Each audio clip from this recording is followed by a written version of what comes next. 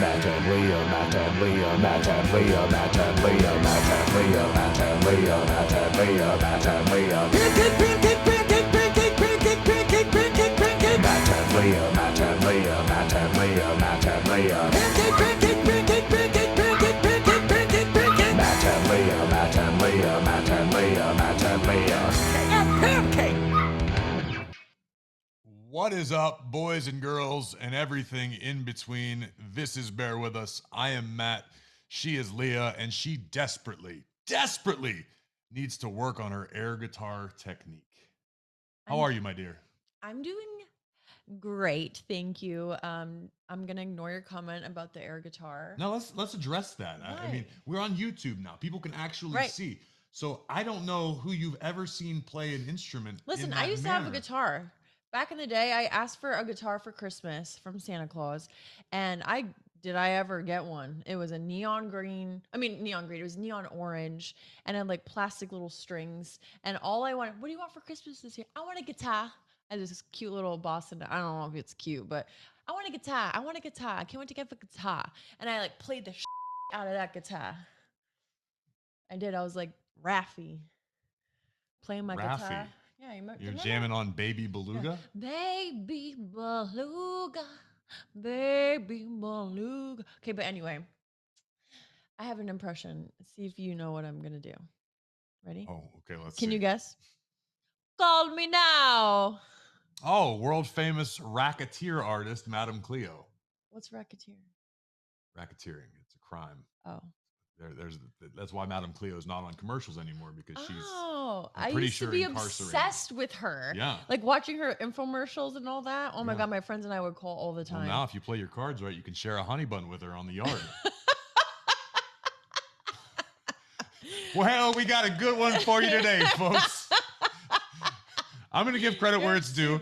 We talked about, it's been a while since we've had guests here on Bear With Us, and Leah procured a very special guest. Tell us a little bit about what's going on today, Leah. You're welcome. So we have Aliza Kelly coming on to the podcast today. She's an astrologer. And I've been super into manifestation, right? I'm all about, if there's something you want, you speak that into existence, you make it happen. But Aliza, she uses astrology, supposedly, to manifest and to manifest your best life. She has a bunch of books. She's on TV. Like, this chick is legit. She's done it all. Very impressive human being. I'm excited to talk to her. Do you think that she'll tell us about our signs, like we're compatible? You're Pisces. I'm not going to lie. When you told me this, I got a little nervous because I know how much stock you've been putting in lately to this manifestation and your spirituality, and you're reading books and you've got crystals in your pockets and you're praying to different planets. And it's getting a little out of hand, to be perfectly honest. What?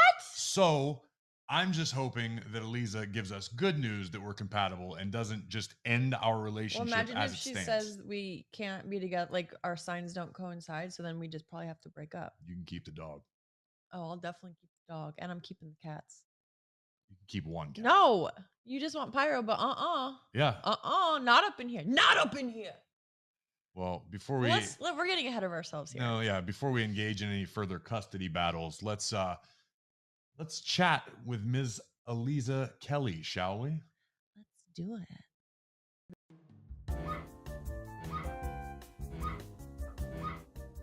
All right, guys, on Bear With Us, we do our best to offer completely unqualified advice that may help you in whatever aspect of your relationship you're struggling with. But sometimes we need to look beyond the walls of our apartment, beyond our podcast, possibly even looking out amongst the stars. We brought you an actual expert on astrology. She is a television personality, an entrepreneur, and a national best-selling author. Please welcome to Bear With Us, Aliza Kelly. Aliza, welcome. Thank you guys so much. It's so great to be here. We are so excited to have you. Leah, week after week, talks about how she's very curious about exploring astrology and spirituality. Manifesting. All of these things that you know much about. I am an admitted novice when it comes to this, so I'm excited to learn, and hopefully everybody listening can learn a thing or two. Tell us a little bit about how you became who you are today. It's such an impossible question to answer. It's such a great question, and it's so impossible because I definitely I didn't know that this would be a viable career option as a kid. I wasn't anticipating that I was going to become a professional astrologer, or I was going to professionally be talking about manifesting or magic or any of these things. I mean, it's like truly a dream come true, but it also is kind of just as surprising to me as it is to skeptics in a way. Right. I, obviously was always like interested in spirituality and magical things and sort of like enchanted, spooky things too. I love ghosts. I love ghost stories. I was a kid who was always like coming in with the Ouija board to the sleepover parties. But, I was also fine just sort of relegating that to being a weirdo. It wasn't something that I didn't feel like that was going to be part of my professional trajectory. But when I found astrology and I started to work with it, it just really helped me make sense of my life. And it really created a language and provided me with a language that explained a lot of the things that weren't as fun and playful, like why I was having such a hard time being who I was, understanding myself, how to reconcile all of the different parts of myself that didn't seem to actually come together organically. Astrology allows your multidimensionality to be very cohesive, and it gives you permission to be lots of the different extensions of who you are, all in one place, all in the birth chart, all in the stars, right? Everything sort of just started to make sense. And as I continued to work with this in my own life, and understand the system more and understand how astrology and then all of the magical stuff that I just intuitively did as a kid actually played into it. And I started connecting those dots. My life as a professional started to unfold and reveal itself. So now it's what I've been doing for almost 10 years, which is wild. That's amazing. Good for you. It truly is amazing. And you've found your language and mastered it. You're about to release your third book. Is that correct? That's correct. This is Your Destiny, using astrology to manifest your best life. It's available for pre-order on Amazon. I see it's already on the trending list and it's not even out yet. That's impressive in and of itself. Yeah, it is. It's really amazing. I still can't believe it. I mean, even in the process of writing the book, I was like, I can't believe I'm writing a book about these things. Like, these things are so important to me and they're so meaningful and they truly changed my life.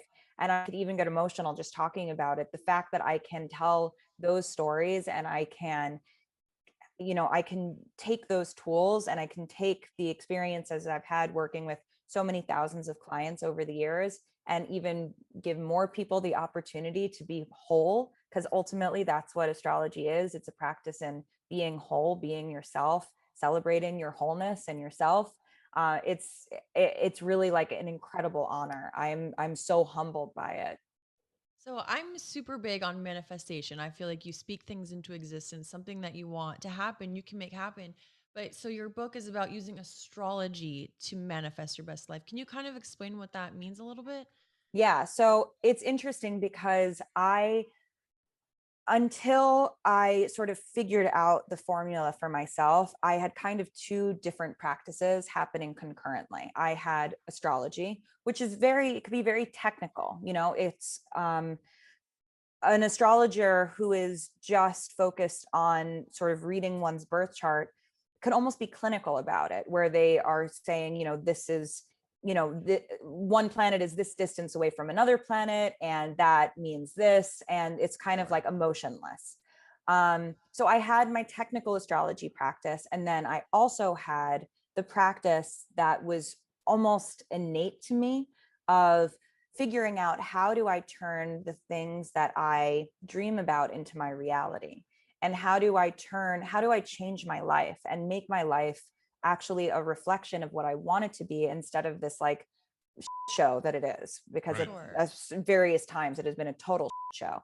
So I had these kind of two separate concepts that were working, and I understood that they all sort of fit under this like spirituality umbrella, but I didn't understand how they were connected until I realized that astrology helps you connect to your psyche. And when you connect to your psyche and you start working in what I call the astral, in the non-physical plane, which is what astrology is, it's very cerebral. These things are, you're not seeing Pluto. You can't see Pluto without a telescope. So you're visualizing it. You're visualizing what that means for you. And the more that you spend sort of working in this non-physical, astral, psychic plane, the more that you can start to create a connection and you can bridge that into the physical one.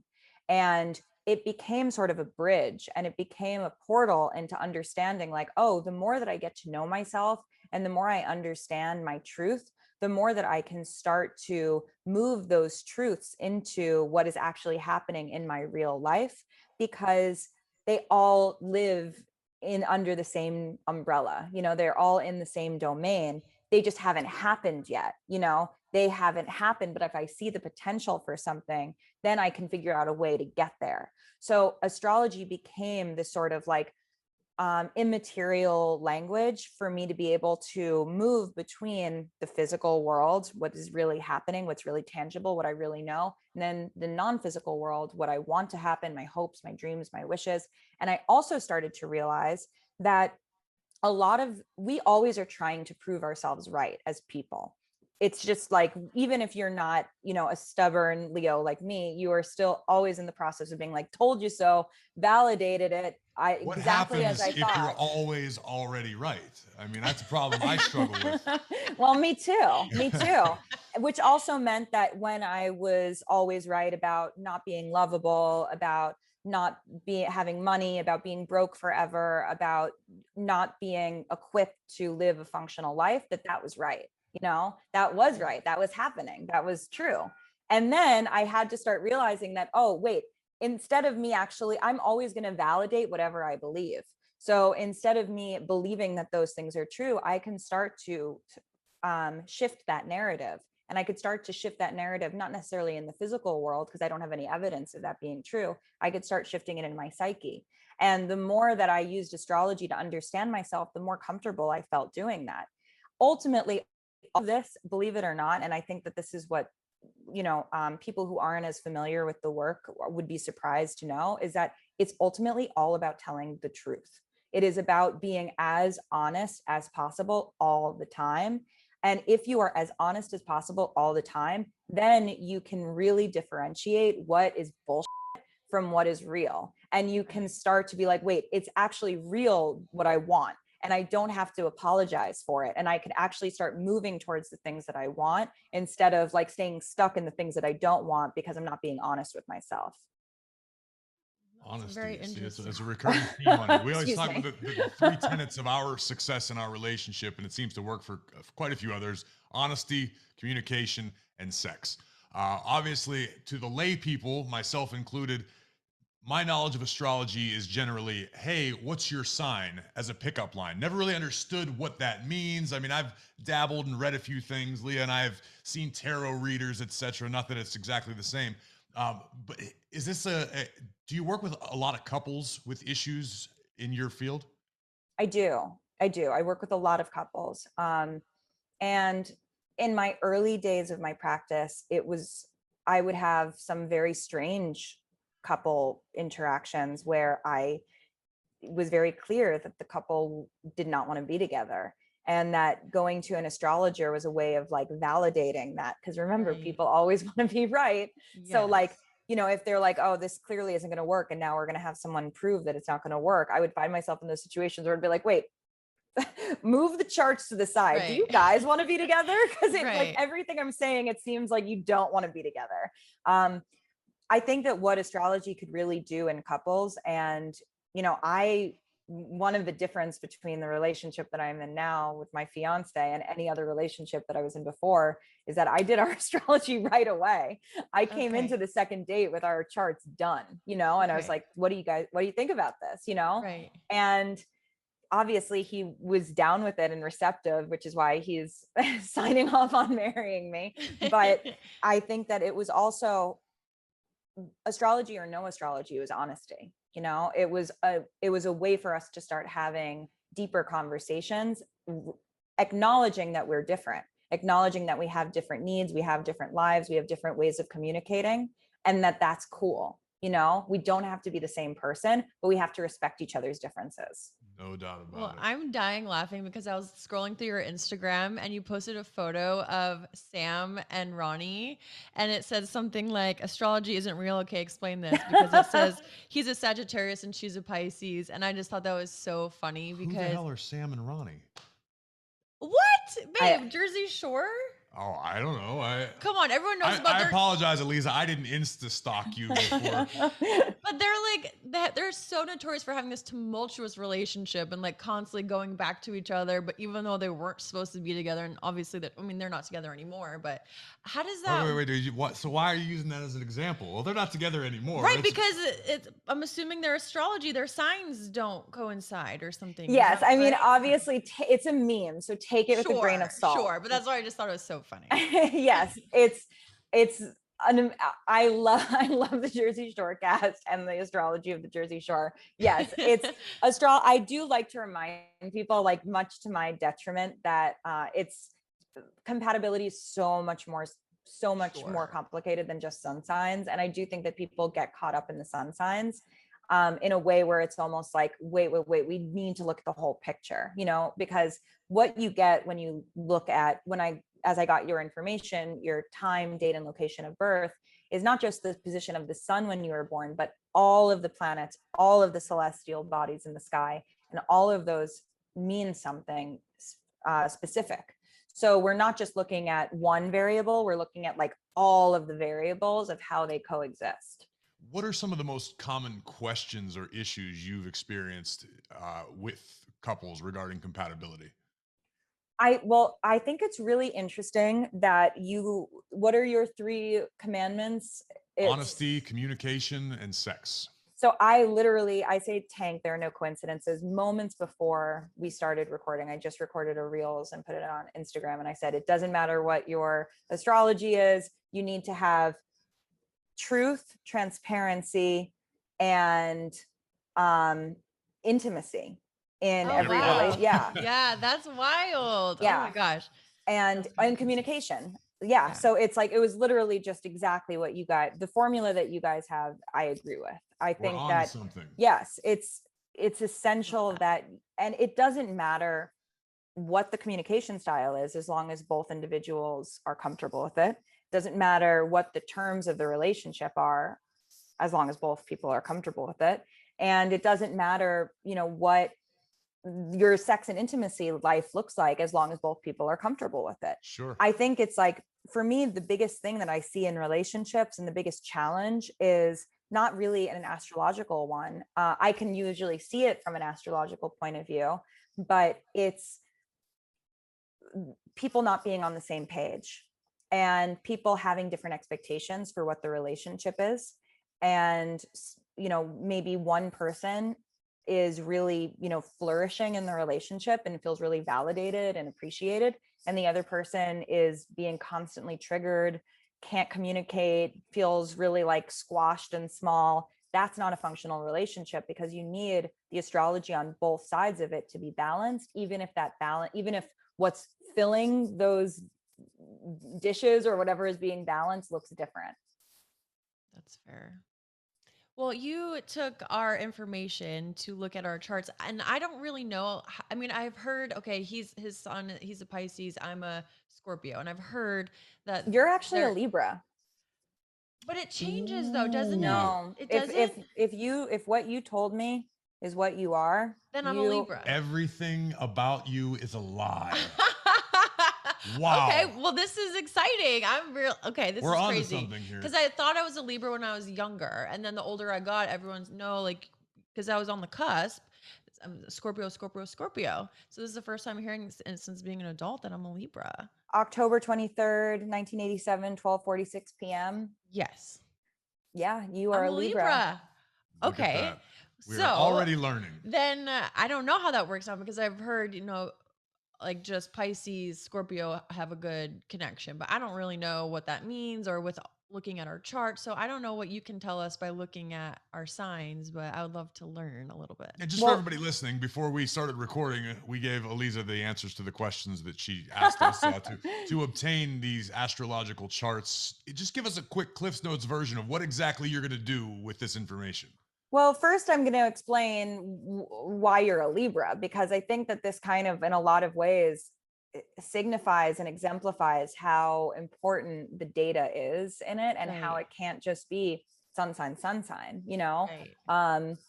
It's, if you were reading the compatibility for sun in Scorpio and sun in Pisces, for instance, it's not even relevant anymore, right? Sure. But that doesn't mean that you guys aren't a good couple. It doesn't mean that you guys aren't good together. Like, I'm not into Libras. I don't know. This Right. really just changed the whole dynamic of our relationship.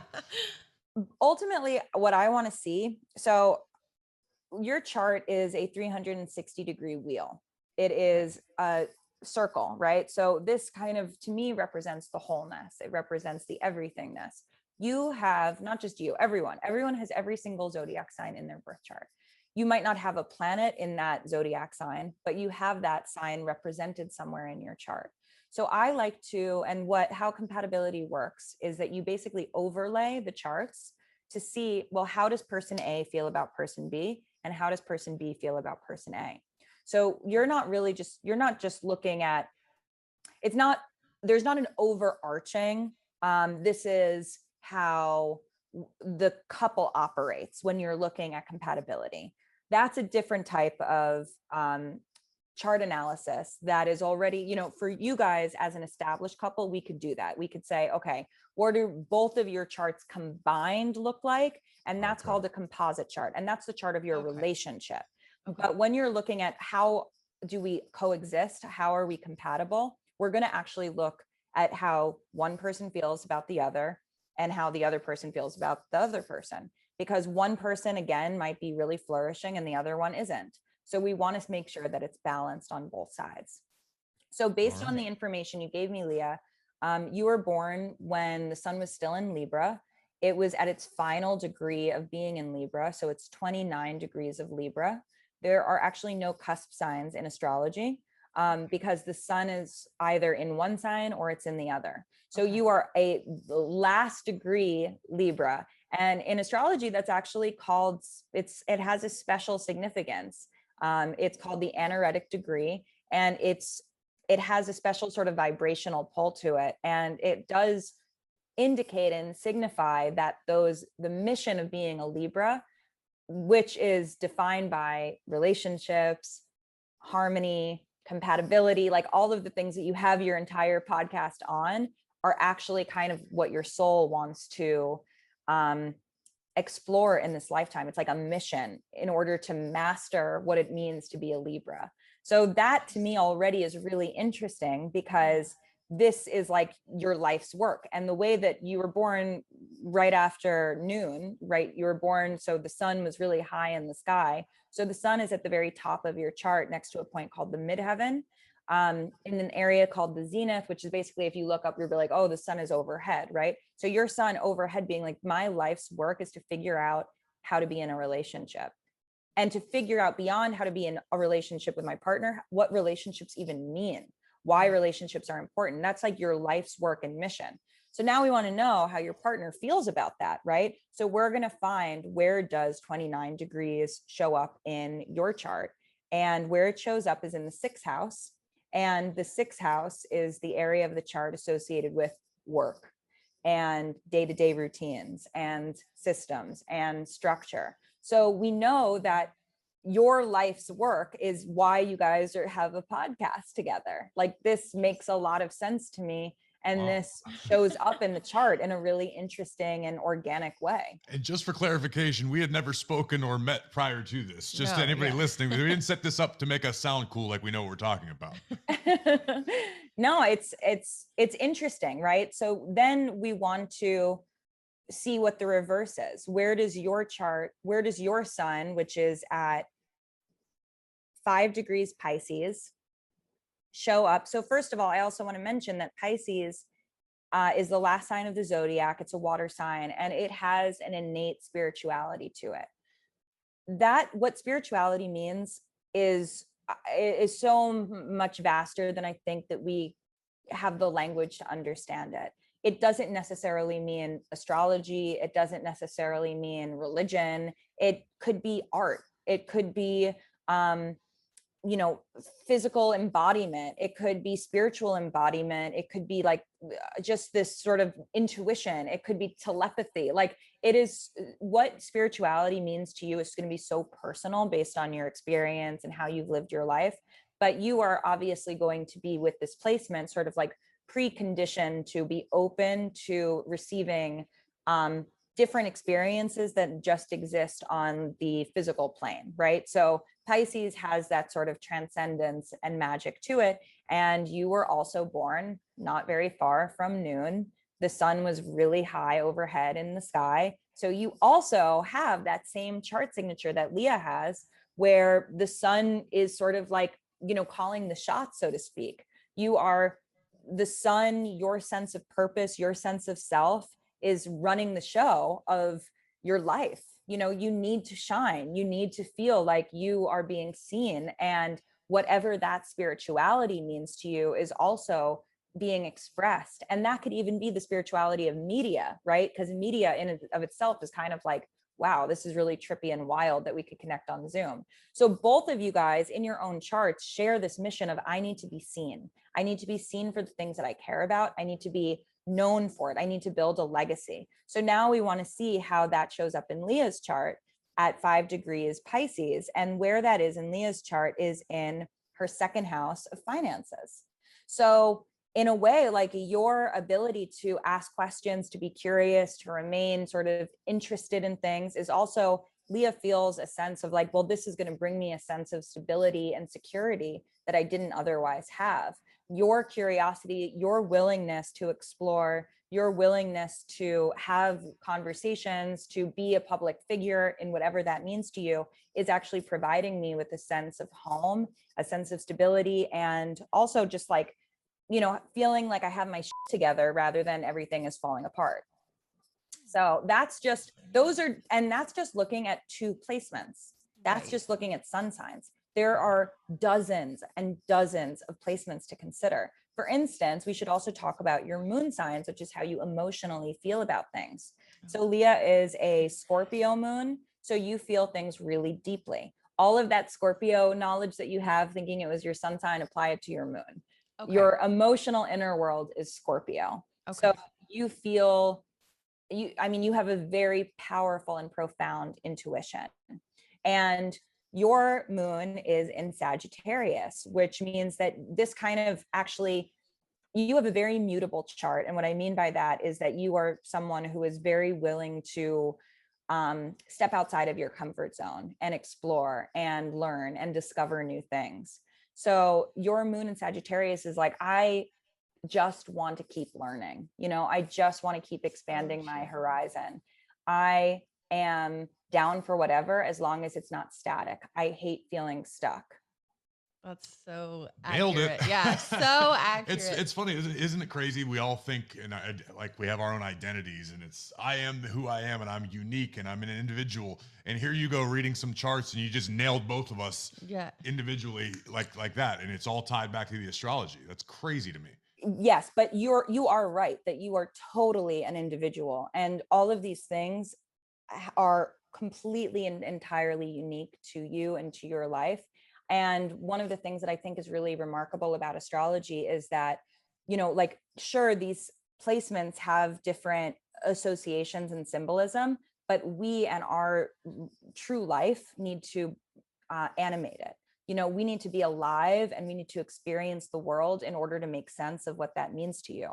Because when I think of like, oh, this is someone who needs to explore, I might have a vision of what that looks like to me, but for you, that might look entirely different. You know what I mean? Right. Totally. That's fair. Yeah. Very, very interesting. Look at us being all compatible. You guys are very compatible. Now, what sort of other readings or knowledge do you have that you would utilize for a couple that would come to see you? As far as we talked about the signs that we just read, but what else is there available?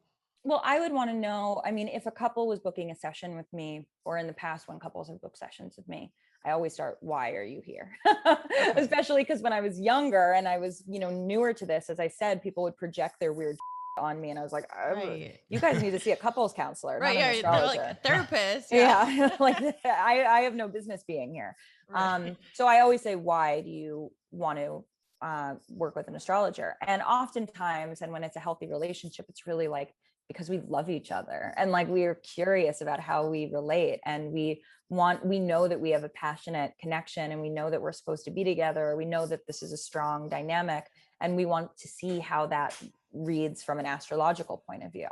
So that's like, I would say, an amazing and really fun one, because then we just get to look for synchronicities and see where things Right. overlap, and really get to play and see like, oh wow, how is this, one person's communication style exalting another person's emotions, or vice versa. But I always begin with like, what's on your mind? What do you want to focus on? Because I want the chart reading experience to reflect what that couple was interested in learning about.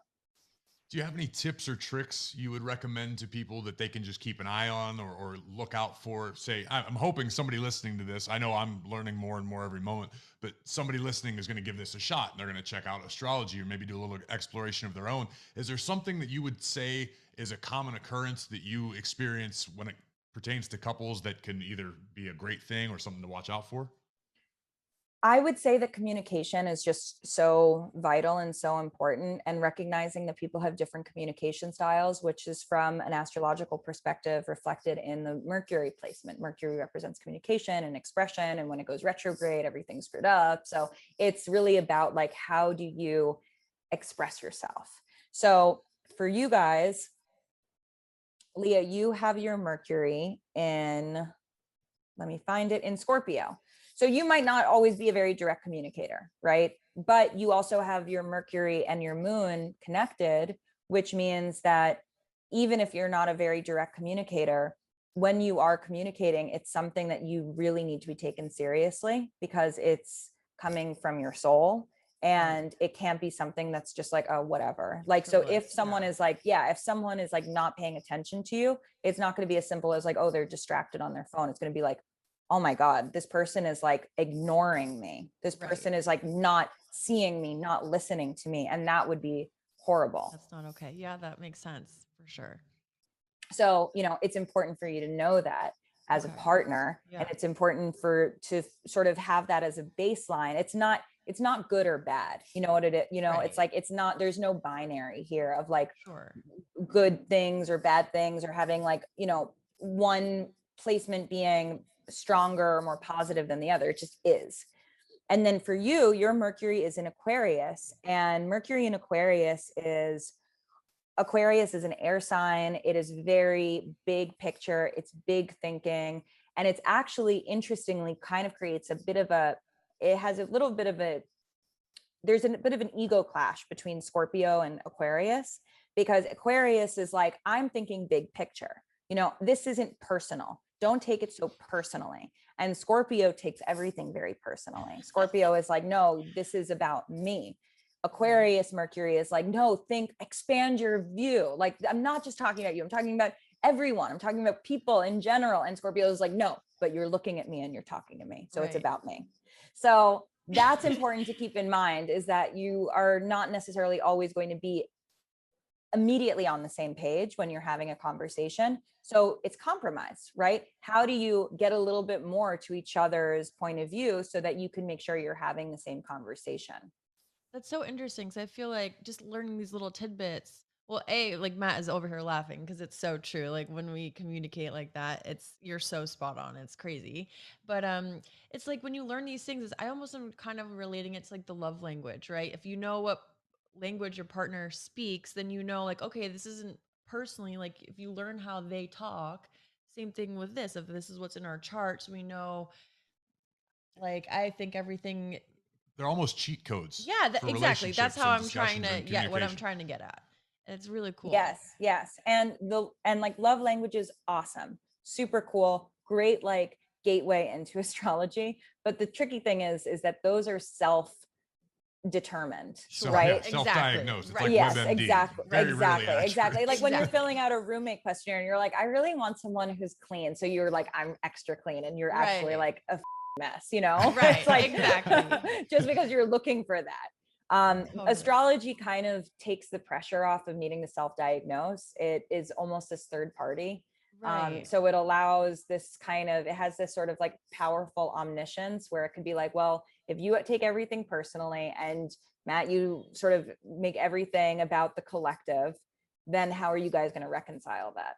Right. Right. You have to definitely be aware of it. Yeah. And now that we know, yeah, like you it's Exactly. put a so label much on it, easier. so now it's like, yeah. oh, now we know what to be aware of and address.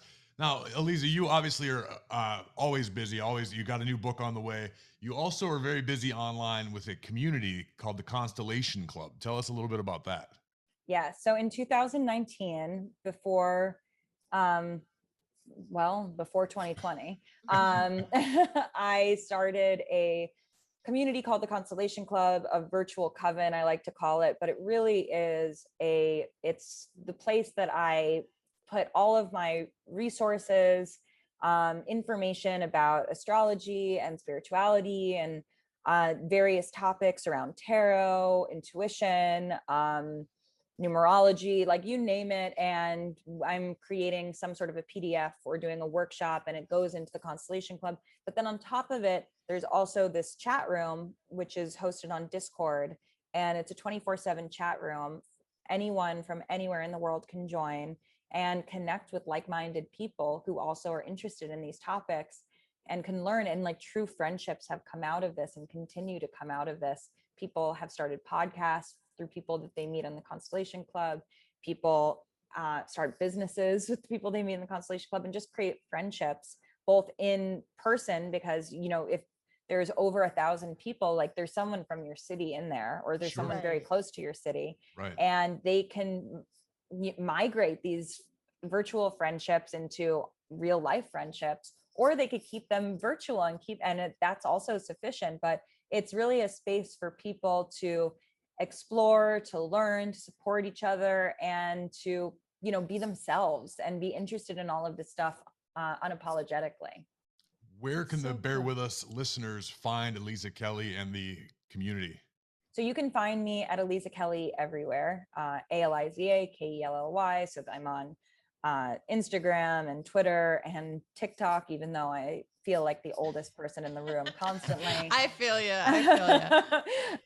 And then that's also at alizakelly.com. And I host this through my Patreon. So it's patreon.com/Aliza Kelly. But, you know, all the links are in the bio. So you'll be able to find anything from those sites. Well, I feel like I've learned so much, but there's one question I have to ask before we let you go, because I I feel like an idiot that I don't know this. But so many people talk about, oh well, Mercury's in retrograde. Like that's such a common thing that I feel like so many people talk about. What the hell does that mean?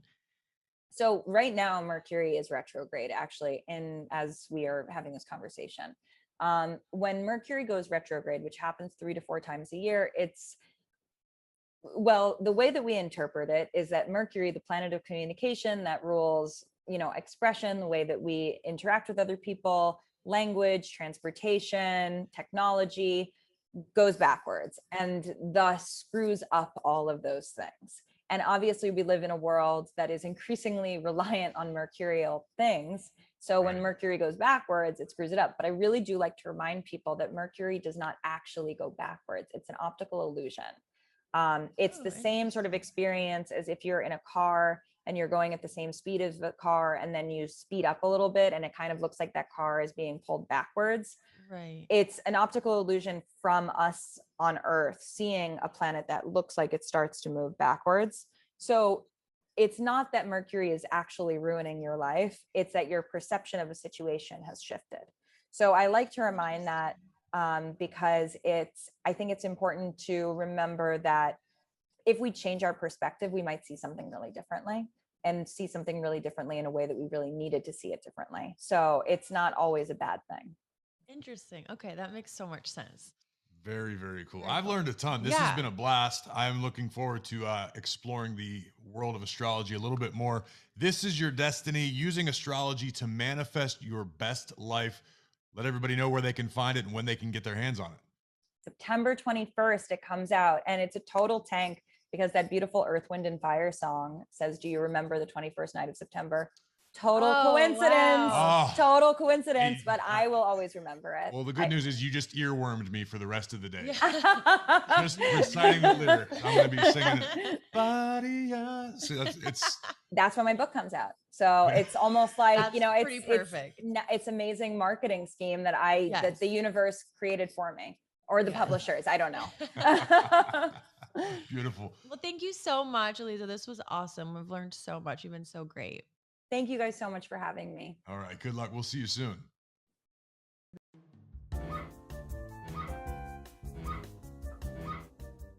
Oh my God.